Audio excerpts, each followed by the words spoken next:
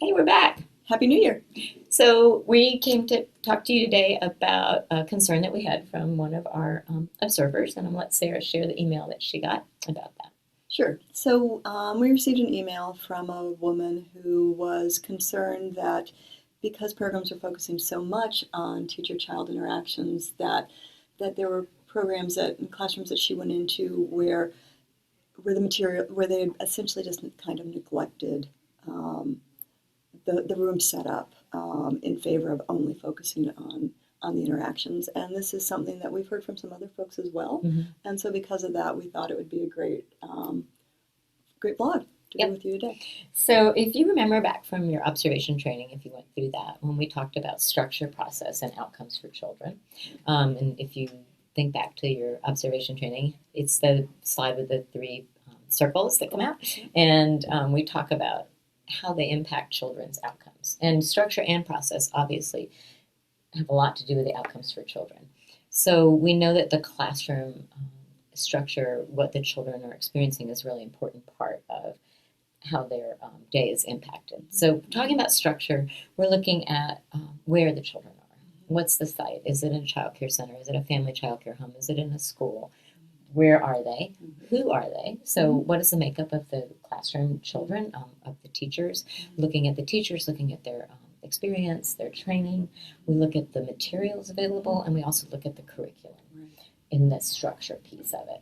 And then without that structure, we can't really talk about the process, which is what we really look at with the class measures. So maybe you want to talk a little bit about the process. Sure. And so the process is how the teachers are interacting with the children, how they're forming relationships with the children, how they're engaging children in those materials, how they are implementing that curriculum in ways that are sensitive to the needs of the children in the classroom. And and that is really what the class measures. And again, for those of you who went through the observation training, you may remember that the process slide gets really big because the structure flows through the process. And part of what I think this woman's concern was is that the structural pieces were being forgotten. But really, we have to have that structure in place. It's necessary that we have that the children are in safe, welcoming environments. We want teachers to be well trained. We want programs to be using a good research-based curriculum. Exactly. But when it comes down to how we see things, it's those one-on-one interactions. And those interactions can be enhanced quite a bit when you have interesting and engaging materials. You have children that understand the routine. They know what they should do, how they have choice within materials. They're connected to their teachers, right? So without those things in place, it's not as easy to have really effective interaction. So for instance, emotional support. A warm, engaging classroom might look like a classroom that has child-sized furniture.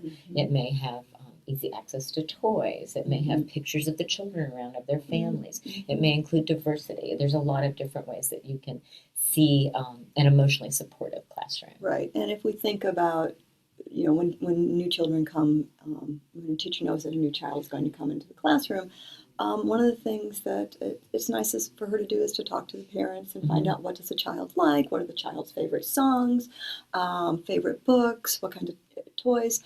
They let children bring us a lovey from home. Which is going to be very sensitive to the children, individualizing your support to them, knowing something about them personally, which we see in Positive Climate, having regard for their perspective, which we see in emotional support as well.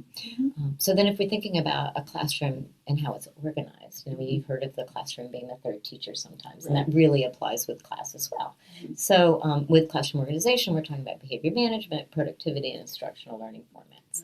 So I'm going to share your thoughts on that. Sure. Well, and so I would probably start with behavior management because that is such a if the children aren't if the children aren't well behaved, they don't understand the rules and expectations. It's going to be hard for much of anything to begin to take place. And so having classroom rules posted on the walls, for example, or a picture schedule, are all things that are helpful to promote that good behavior management. Having the classroom set up So into you those can discrete see. learning centers where you can see Right. things, but where you also don't have that runway down the middle, because otherwise, the kids are going as they Open zoom space. through the room, Right. And so we can't neglect that when we're thinking about Exactly. our Or just classrooms. making sure that the children have access to things to do, Right. that there's not a ton of waiting, because when there's waiting, there's going to be lost time and there tends to be more behavior problems. Right. And so if all the toys are on shelves and readily accessible, then There's kids, much more choice. there's much more choice, and they have something to do Mhm. as opposed to waiting for teachers to get materials out for them to play with. Right. And then we're looking at instructional learning formats, which is like now that the children are engaged because they have interesting things to do, they have access to materials. It's not so much about what they have, but the how. But the how, and so how am I going to engage with you as the child to help you make the most out of that structure that you're building Sure. by asking you questions, and Which leads us to instructional support, right? instructional So support. this really is about engagement. Engagement doesn't really happen if you're not connected emotionally. Engagement doesn't really happen if materials are not interesting, inviting, and accessible. And so when that happens, when that teachable moment happens, what did you say, the creating and So we always talk about how we want to capture create, yes. teachable moments, but really we want to create them. So creating and capturing, both are really important. Right. And capitalizing. And capitalizing. There you go. Oh, the three C's. We just made that up. Wow. So anyway, with instructional support, we're looking at when those children are engaged, when they trust you enough to tell you what they're thinking. That's when we can really pull in those kind of open-ended questions. Tell me more about what you're thinking. Why did you do that? Tell me what else could happen. So those instructional support kind of questions that really build critical thinking are all part of that structure. And so without that classroom that's warm, inviting, organized, and has materials that are interesting and relevant to children, interactions may not have the chance to really be, created, capitalized, and captured. Right. So that's our quick vlog for today. Keep them coming. We love hearing from you guys, and we will try to answer as much as possible. So bye-bye.